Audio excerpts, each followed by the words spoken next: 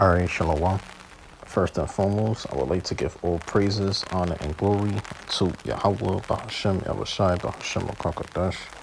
Next, double honors to the elders of GMS, a great millstone that roll well and continually teach on down to the brothers. Peace and blessings to the elect, Dabayasha, Dabadada, Asa David, Shalom, Makim, Yahbashim, Mashai, Barak, them to the elect. And amen. You know, that's what it's all about, alright? It's all about the elect. That's what you have to understand. Especially when you come to this truth, you have to start realizing and start admitting things. When you come to this truth, you just got to start realizing things that really all Israel is not going to be, is not going to wake up in these last days. Because like I always say, like we always say, us brothers that's in this truth, in the last days, like the scripture reads, you're going to have scoffers walking after their own lust. So it's impossible for everybody to wake up. These heathens, these Edomites, they're going to stay asleep as well because they're in darkness. And that's what darkness was made for. Darkness was made for the heathen, because you got to remember, going back to the children of light, who are the children of light? Us Israelites, man. Us Jake, man. All right, you Jakes that's out there, man, that have this truth. We're the children of light, man. All right, you 12 tribes that's out there, man. The 12 tribes of Israel, Judah on down to Issachar, we are the children of light. All right, like the scripture reads in Psalms, you're gods, man. All right, so you know, that's what you have to understand through the spirit. Oh yeah, another thing too, when you come to this truth, you just got to understand certain things that, you know, you just have to understand that, look, the Lord is only dealing with those that have the true name, right? Those that have his name, and those that's heading out there, right? That's pushing out this truth out there in the highways and hedges. And those that's within the brotherhood, you know, those that have their garment on, those that's keeping the customs of the Israelites. You keeping the customs of your ancient of the ancient ways, you know, your parents, your forefathers, or whatever it may be, right? You know, you keeping the law, statutes, and commandments to the best of your ability. Hey, this is who the Lord is dealing with, you know, and he's dealing, first and foremost, you gotta remember, with the 144,000, which are all men. All right, but yeah, let's bring this out. This is Jeremiah the 51st chapter, and let me see, and the 7th verse. It reads, Babylon hath been a golden cup in the Lord's hand, that made all the earth drunken. The nations have drunken of her wine, therefore the nations are mad. And yeah, and like it speaks in Revelation, let me see, I believe it says that wrath has come. So yeah, the nations are angry, the nations are mad. I mean, they're waking up too, but it's not like they have the truth, because remember, the truth is not given unto these devils. They're only set up to really make war with Yahushua, because that's what these devils do. They're just set up to go to war. That's all. They got their gear on, they got their weaponry, their military. That's what Esau has right now. But let me see. That wrath has come. I know it's in Revelation, but yeah, it kind of connects with this precept, you know, through the spirit. I could just tell through the spirit it connects. Yeah, so I'm gonna get it out. Because like it states here, man, the nations have drunken of her wine, therefore the nations are mad. Yeah, so they have taken, Slaka, yeah, they basically have taken of that philosophy. Therefore, they are drunken, and they don't know the way. They don't know the true way, the path. They basically don't know the path of life, man. Only the elect men know it. Because that's who the Lord is dealing with at the end of the day. 144,000, man, which are all men. You see? So the truth is only given to a few, man. Like the scripture reads, the world to come is made for few. You know? This world is maybe made for many, but the world to come is made for few. Many are called, but few are chosen. So it's all about the chosen. It's all about the elect, which in the Hebrew you would say Bakariam, you know, or Bakayar. If it's just one man, it will just be Bakayar. But if it's like a multitude of men, if it's like a lot of men, which, yeah, it would be a Bakarium. And like we always say, Shalom Akim, right? Meaning brothers, all right? So, truly, if you want to talk about Akim, that's who the true Akim are, the elect. You know, because you got certain brothers that say Shalom Akim to each other, but you never know. That same person you saying Shalom Akim to, he might fall out, because you got to remember, not everybody's out the elect. So, that's why I'm saying, brothers, you got to be careful who you say Shalom to, and you got to be careful who you call your brother too. Because these niggas out in the world, bro, they don't got it, bro. They don't got it. at all. All right, this is on Revelation 11 and 18. It reads, "And the nations were angry, and thy wrath is come, and the time of the dead, that they should be judged, and that thou shouldest give reward unto thy servants, the prophets." Yeah, the servants, the prophets being the elect. All right, because it talks about how these be clothed in sackcloth and shall prophesy 1,000 and, let me see. Let me just put clothed in sackcloth along those lines, you know. Yeah, and they shall prophesy 1,260 days, you know. Oh, wow, that's the spirit. It's in the same exact chapter. But yeah, say, and to the saints and them that fear thy name, small and great, and shouldest destroy them which destroy the earth, right? Because these devils have shed the blood of Israel, man. Going back during the time of slavery, man, you gotta understand. This place is drunken with the blood of the saints, man. You gotta understand. And how do we find that out? How do we figure that out? Well, during slavery, man, they had said what? Let us cut them off from being a nation, and that's exactly what they have done, man. And still to this day, man, you know, you got the like they talk about I think they call it police brutality or something. You probably still have that happening, man. You never know. Or they probably still hanging Jake. You know, they still probably hanging Jake. Because they would love to do that, man. They would love to go back during those times of old. Because these devils, they're evil, man. You gotta understand, they're wicked, so they don't mind doing the shit that their forefathers did, their foreparents, or whatever you call it, right? And yeah. But that's why it's all about Israel, because when we go back to the customs of our forefathers, or, you know, which, yeah, our forefathers being Abraham, Isaac, and Jacob, you know, these were real men. These were true men of the Lord, you know. But what was it that I wanted to find? Oh, yeah, them also putting a yoke of iron upon our neck. Yeah, so you got to remember, man. You see? So, yeah, that's the point.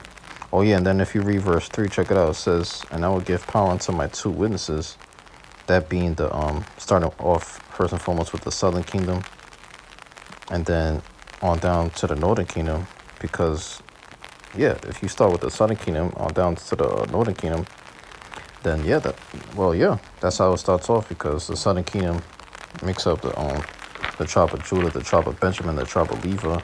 So it starts with them, you know, because they're the head. And then also on down to the northern kingdom, which are you, because southern kingdom being you so-called blacks, and then northern kingdom consists of you so-called Latinos and Native Americans, you understand? So y'all are the two witnesses, all right?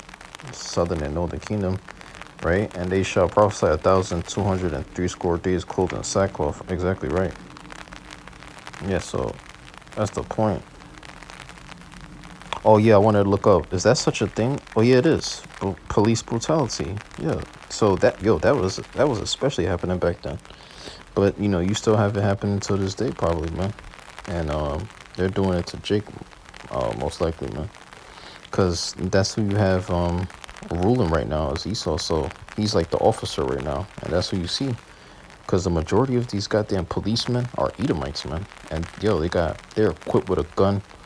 Hey, they'll get your ass, man. So you got to be very careful out here, man, because these police, I know how they are, man. They'll give you a fine, man, of $100. They don't play. You know, they'll come after your ass, man. You know. And if you're in a car, bro, forget about it. These devils will chase you for hours, man. If you're in a car, I already know, because I think I've seen videos of this happen before, man. So, you know.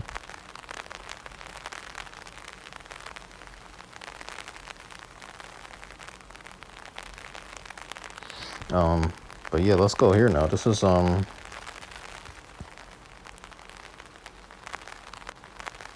this is the book of Isaiah, the 47th chapter. And in the first verse it reads, "Come down and sit in the dust, O virgin daughter of Babylon, sit on the ground, there is no throne, O daughter of the Chaldeans." Yeah, so the Lord is gonna throw these devils down. He's gonna throw them down, man. Because there's no throne. Basically, there's no seat for you.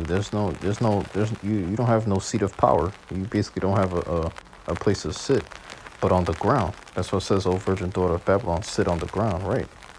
"There is no throne, O daughter of the Chaldees, for thou shalt no more be called tender and delicate. Yeah, because these devils are gonna be thrown down by Yahushua. When Yahushua come back, it's over. And then not only that, yeah, these devils, they're not gonna have no protection except for the elect. The elect are gonna have that protection. But as for these devils, these Edomites, you know, the nation of Esau, Edom, hey, they're not gonna have no protection.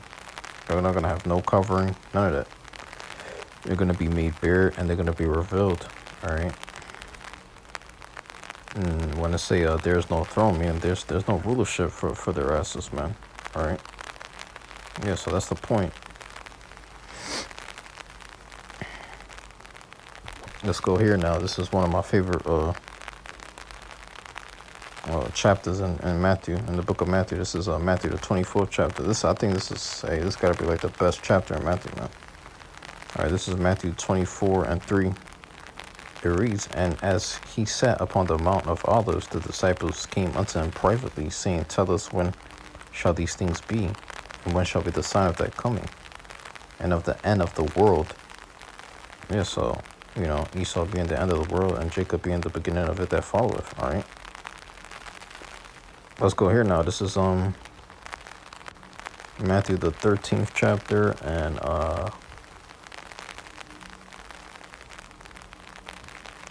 the 10th verse. It reads, "And the disciples came and said unto him, Why speakest thou unto them in parables? He answered and said unto them," verse 11, "He answered and said unto them, Because it is given unto you to know the mysteries of the kingdom of heaven, but to them it is not given." Right? Because these 2/3, it's like them being blinded from birth, man. It's like they've done evil back in the past. They've done something wicked in past life. Now they're catching all types of hell. And that's what the Lord is going to do to you 2/3, man. Them curses is going to fall upon you, man. But as for the elect, we're going to be released from this hell, from this prison. Because at the end of the day, you know, death was created for you 2/3. That's what was made for you 2/3. You got to understand.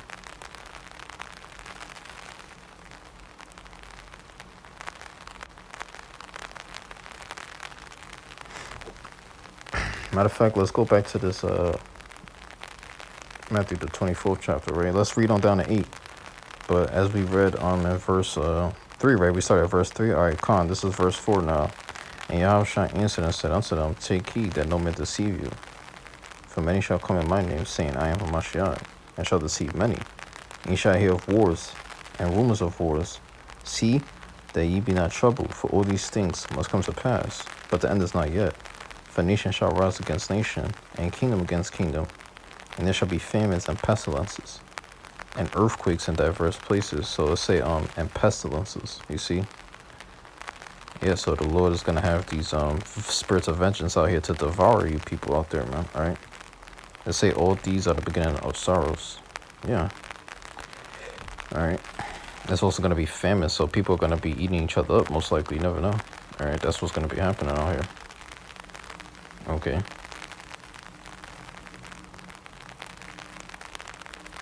Yeah, so,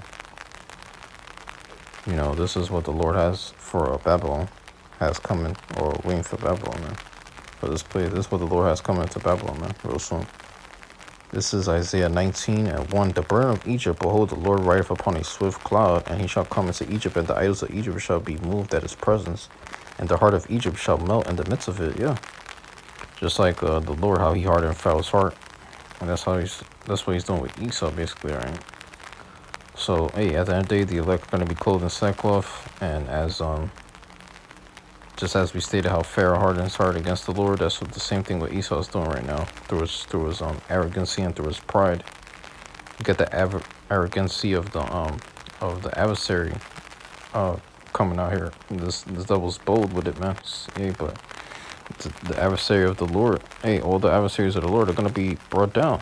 Basically, these idols and all this, these false gods, they're through, man. All right. But yeah, I'm going to pretty much end it there. I don't want to say you edified. In the closing, I want to give all praises, honor, and glory unto Yahweh, Bahashim, Yahushai, Bahashim, Rakakadesh.